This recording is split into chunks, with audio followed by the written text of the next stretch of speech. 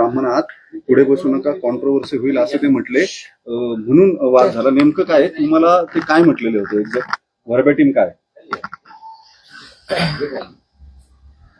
सर्वप्रथम मी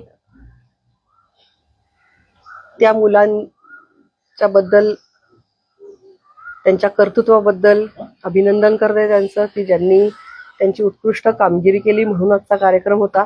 मी माननीय देवेंद्रजींचं पण अभिनंदन करते की त्यांनी सारथी संस्थेच्या माध्यमातून अशा होतकरू विद्यार्थ्यांना पाठिंबा देण्यासाठी एक भक्कम अशी यंत्रणा तयार केलेली आहे. आणि म्हणूनच खूप अभिमानास्पद अशी कामगिरी असल्यामुळे तिथे खूप अतिशय चांगल्या मनस्थितीमध्ये मी त्या कार्यक्रमाला गेले होते. कार्यक्रमामध्ये पहिल्या रांगेमध्ये काही रिकाम्या खुर्च्या होत्या, कारण अर्थातच अधिवेशन चालू आहे, त्यामुळे माधुरीताई असतील किंवा अन्य मंत्री महोदय असतील तर ते आलेले नव्हते, त्यामुळे खुर्च्या रिकाम्या होत्या. अधिकारी असं म्हणत होते की जर का ह्या खुर्च्या रिकाम्या असतील तर मेधा कुलकर्णींचा प्रोटोकॉल त्याच्यानंतर इमिजिएट आहे, कारण खासदार तिथे कोणीच नव्हतं आणि शिवाय माझ्याकडे एक कमिटीचं अध्यक्षपद आहे. आणि म्हणून ते मला म्हणत होते की आपण इथे बसा.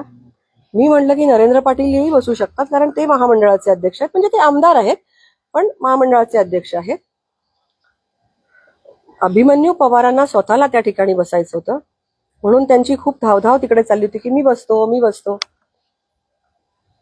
अधिकारी असं म्हणाले की ह्याच्यानंतर मेधा कुलकर्णीचं नाव येतं, तर ते असं म्हणाले की हा कार्यक्रम मराठा समाजाचा आहे आणि तुम्ही तिथे बसल्यानंतर कॉन्ट्रोवर्सी होईल. हा कार्यक्रम नक्कीच अभिमानास्पद कामगिरी करणाऱ्या मराठा समाजातील कर्तृत्ववान मुलांचा आणि त्यांना शाबासकी देण्याचा कार्यक्रम आहे, पण कार्यक्रम शासनाचा आहे आणि शासकीय प्रोटोकॉलनुसार खुर्च्यांची रचना केलेली असते, त्यांची जात बघून खरंच रचना केलेली नसते. आणि दुसरं म्हणजे मी कुठेही आजपर्यंत माझी कारकीर्द बघा, मी कुठल्याही कार्यक्रमात गेले तरी लोकांना आवाहन करते की आपण हिंदू म्हणून जगलं पाहिजे. जातीचा विषय आला कुठे, इथे बसू नका. हा अभिमन्यू पवार जेव्हा इलेक्शनला सामोरे जात होते तेव्हा त्यांनी मला अक्षरशः फोन करून माझ्याकडे या, ब्राह्मण समाजाचा मेळावा ठेवणार आहे, तुम्ही त्यांना आवाहन केलं पाहिजे मला मतदान करण्यासाठी, तुम्ही नक्की या. माझी तब्येत ठीक नव्हती तरी पण मी लांबचा प्रवास करून त्यांच्यासाठी गेले. ब्राह्मण समाजाला आवाहन केलं की अभिमन्यूजींच्या पाठीमागे उभं राहायचंय. 1% सगळी मतं, एक गठ्ठा मतं पडली पाहिजेत अभिमन्यूजींना, आणि नक्कीच आमच्या समाजाने सुद्धा मतदान केलं. आणि इथे समाजाचा प्रश्न येतच नाही, सगळ्यांनी विचारांच्या पाठीमागे उभं राहिलं पाहिजे. आज देशामध्ये परिस्थिती वेगळी आहे, आव्हानं वेगळी आहेत, आपले प्रश्न वेगळे आहेत, आपल्याला चॅलेंजेस वेगळ्या कुठल्या तरी गोष्टीचे आहेत की ज्याला उत्तर देण्यासाठी हिंदू समाज एकत्र येईल का, हा मुद्दा आहे. एकमेकांच्या जाती काढून काय फायदा आहे. कार्यक्रम वेगळा चाललाय, तुम्ही कशावरून बोलताय. मला सफोकेट झालं तिथे, मी निघून आले तिथून, मला चुकीचं वाटलं ते. आणि त्याच्या अगोदर, कार्यक्रम सुरू होण्याच्या अगोदर माननीय देवेंद्रजी लाऊंज मध्ये आले होते, VIP लाऊंज मध्ये कक्षामध्ये बसले होते. एक समुदाय त्यांना भेटला काही कामानिमित्त, म्हणजे अर्थातच गंभीर परिस्थितीतली एक गट केस होती, त्या संदर्भात ते भेटले. मी पण अशीच गंभीर केस घेऊन आले होते, ज्यांच्या विषयी ती केस होती, जे न्यायासाठी झगडतायत ते माझे मराठा समाजातले बांधव होते, त्यांना मी घेऊन गेले होते. अभिमन्यूजी म्हणत होते हे नाही आत येणार, ते नाही यांना भेटणार, ते नाही, तुम्ही आत त्यांना बोलवू नका, ओ मोहिते तुम्ही यांना आत पाठवू नका. अरे मी पण इथली एक रिस्पॉन्सिबल पदाधिकारी आहे, मी काही लोकांना स्थानिक प्रश्न घेऊन आलेली आहे, देवेंद्रजींना हा विषय माहिती आहे, देवेंद्रजी त्यांच्याशी अतिशय चांगल्या पद्धतीने बोलले, न्याय देण्याचं आश्वासन दिलं. तुम्ही कोण ठरवणार आहे अभिमन्यूजी, तुम्ही अजूनही स्वतःला OSD समजता का? तुम्ही मॉनिटर करणार का की देवेंद्रजींनी कोणाशी बोलायचं आणि कोणाची नाही?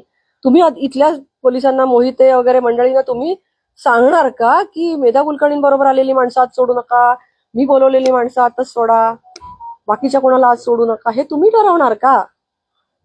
पुण्यात तुम्ही कार्यक्रम करताय, आम्ही पण इथले कोणीतरी छोटे कार्यकर्ते का असेना, पण आम्ही पण निष्ठावान कार्यकर्ते आहोत ना. आता त्यांचं असं म्हणणं आहे की त्यांचा या वाक्यावरून वेगळा काय समज असू शकतो, या वाक्याचा वेगळा कोणता समज काढला जाऊ शकतो की हा मराठा समाजाचा कार्यक्रम आहे आणि तुम्ही बसला तर कॉन्ट्रोवर्सी होईल. याच्या वाक्यातून माझं मराठी अतिशय चांगलं आहे, याचा आणखीन वेगळा कुठला मतितार्थ निघू शकतो मला सांगा. आणि जर का तिथे मी असण्याने कॉन्ट्रोवर्सी होणार असेल तर मी तिथे नसल्याने जर का बरं होणार असेल तर मग मी गेलेलं मुख्यमंत्री तिथे होते. मुख्यमंत्री मी ऑडियन्स मध्ये पण बसायला तयार आहे बाय द वे. मी मुख्यमंत्र्यांचा ऑडियन्स कार्यक्रम तुम्ही सोडून आला त्याच्यामुळे सुद्धा म्हणजे इतका मोठा प्रोटोकॉल असताना मुख्यमंत्री स्वतः तिथे असताना क्षुल्लक कारणावरून तुम्ही तडकाफडकी रागानं निघून येणं हे तुम्हाला योग्य वाटतं? मी माझ्या बॉसशी बोलीन नंतर. एका कार्यक्रमाने काही हलकं भारी होत नाही. मी कार्यक्रमातून निमूट निघून आले. कोणताही प्रकारचा इथे कॉन्ट्रोवर्सी न करता निघून आले. मी ऑडियन्स मध्ये बसायला सुद्धा तयार असते. बसण्यावरनं वाद नाहीच आहे. ह्याच्यात जातीचा संबंध कुठे आला?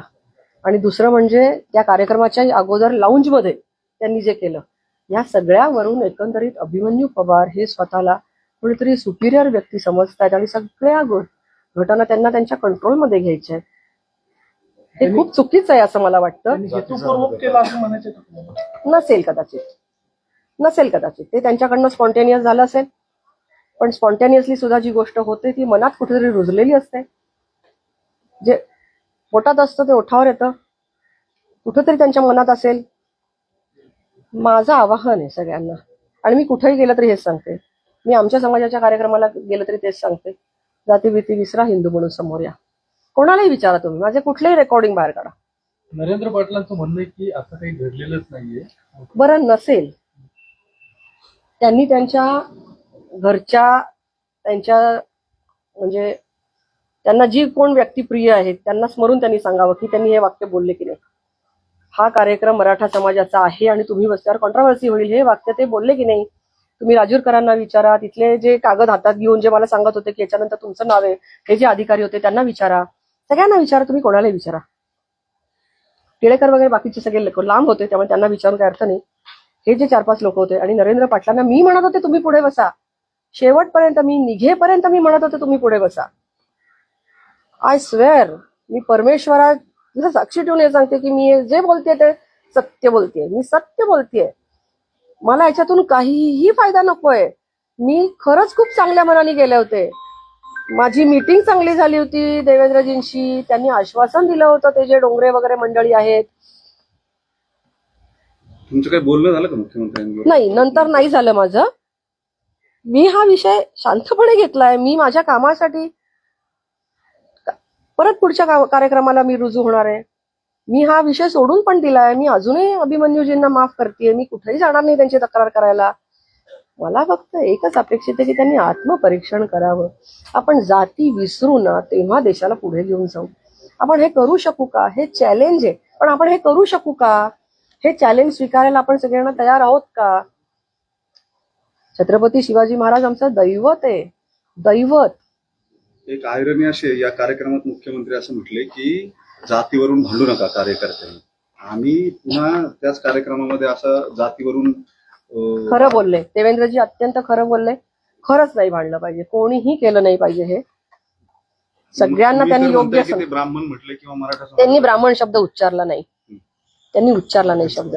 त्यांनी मी जे वाक्य बोलले ते तसंच्या तसं ते बोलले. मी एकही वाक्य एक्स्ट्रा बोलणार नाही, मी चुकीचे आरोप करणार नाही. ते जे बोलले तेवढंच मी सांगितलं. मला असं वाटतं की एवढं मला त्यांना आवाहन करायचं. पहिल्या रांगेमध्ये आमदार सुनील कांबळे देखील बसले होते, परंतु तुम्हालाच बसण्यावरून तिथे तो वाद झाला. तर हा जो प्रोटोकॉल पाळला गेला नाही असं तुम्हाला वाटतं? आणि नाही पाळला गेला तरी मला नाही काही वाईट वाटणार. जो उल्लेख चुकीचा केला ना त्याच्यामुळे मी दुखावले गेले. मला नका बसू. मला नाही बोलवलं तरी मी देवेंद्रजींचा कार्यक्रम पेपरमध्ये वाचून कित्येक वेळेला कार्यक्रमाला गेले. काय सांगू आता मी. मला निमंत्रण पण नसतं कित्येक वेळेला, पण मी पेपरमध्ये ऍड वाचते आणि जाते कार्यक्रमाला. मेट्रोच्या कार्यक्रमाचं निमंत्रण नव्हतं. PMRDAचा पूल त्याला मी नाही जाऊ शकले, पण निमंत्रणच नव्हतं मला. युनिव्हर्सिटी चौकातल्या मला निमंत्रण पण नसतं. मी ऑडियन्स मध्ये बसायला तयार आहे. मला काय करायचंय. मला त्यांना लखलाप ठरवून करा, कसंही करा, अनवधानाने करा. एकच मला आवाहन आहे, जाती सोडून जेव्हा आपण पुढे येऊ तेव्हा भारत पुढे जाईल. तुम्ही भावनिक झालात, डोळ्यात पाणी दिसते तुमच्या. तुम्हाला खरंच मला खरंच वाईट वाटलं. मला हा विषय काढायचा पण नाही. तुम्ही पण प्रश्न विचारू नका. हा क्लोजअप घेऊ नका प्लीज. हा विषय सगळ्यांनी आत्मपरीक्षण करण्याचा आहे. भारत आपल्याला हाक मारत आहे की तुम्ही हिंदू म्हणून समोर या, आणि जेव्हा आपण हिंदू म्हणून समोर येऊ तेव्हा देशापुढचे प्रश्न आपण सोडवू शकू. आपण आत्मभान विसरलो आहोत. आपण डिव्हाइड अँड रूल ही जी जुनी कार्यपद्धती वापरली गेली आपल्यावर, त्याचाच आपण अवलंब करतोय. आपण आपल्यामध्ये, आता आपल्या बाहेरचे लोक फोडत नाहीत, आपण स्वतःलाच फोडतोय, एकमेकांपासून दूर करतोय. हे भेद विसरले पाहिजेत. निसर्गाने सगळ्यांना सारखं निर्माण केलेलं आहे आणि सगळ्यांना सारखे अधिकार आहेत. ठीक आहे. थँक्यू.